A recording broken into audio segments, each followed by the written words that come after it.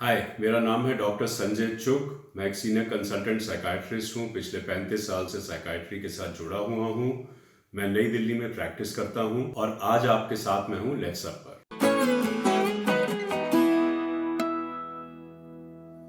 इस सीरीज में हम बात कर रहे हैं डिप्रेशन की। डिप्रेशन का इंट्रोडक्शन किया, उसके सिम्टम्स की बात करी, उसके साथ जो सुइसाइड का रिस्क है उसकी हमने पिछले एपिसोड में चर्चा करी थी।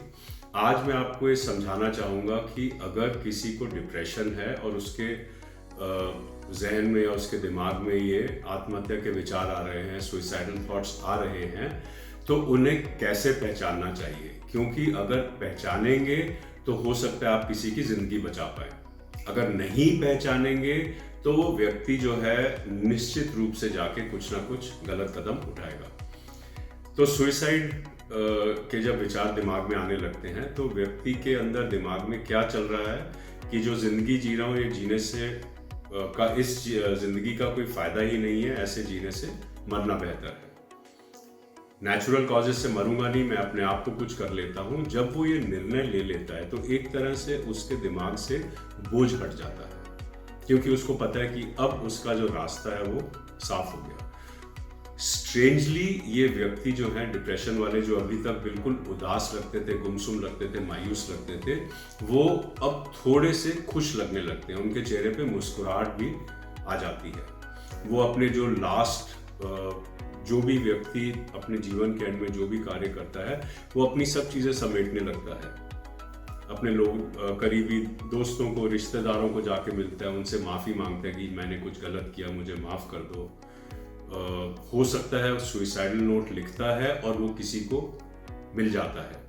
और सबसे इम्पॉर्टेंट है कि वो अपनी जो थॉट्स हैं, अपनी जो इच्छा है, किसी ना किसी को ज़रूर व्यक्त करता है। वो ज़रूर ये बोलता है कि मैं अब थक चुका हूँ, मैं इस जीने से इतना थक चुका हूँ कि मैं और आगे नहीं बढ़ सकता। दिक्कत क्या होती है कि क्योंकि आम आदमी जो है, आम व्यक्ति है, उसको नहीं समझ कि जो पेशेंट है वो अगर ये बात कर रहा है तो वो आपसे एक तरह से मदद मांग रहा है। आपको लगता है अरे बेकार की बात कर रहे हो यार, तुम तो इतने स्ट्रांग थे, चलो उठो, नहाओ, जाके सैर करके आ जाओ, रात को 2 ग्लास दूध पी लो, सब ठीक हो जाएगा। तो मैं अगर वो डिप्रेशन का रोगी हूँ और मैंने अपने सबसे करीबी रिश्तेदार या दोस्त को बोला कि मैं जीना नहीं चाहता और मेरे को इस प्रकार का उत्तर मिल जाता है, तो जो बची खुची उम्मीद थी, जो डूबते को तिनके का सहारा होता है, जिस तिनके की मैं खोज कर रहा था, वो तिनका भी मेरे से छिन जाता है।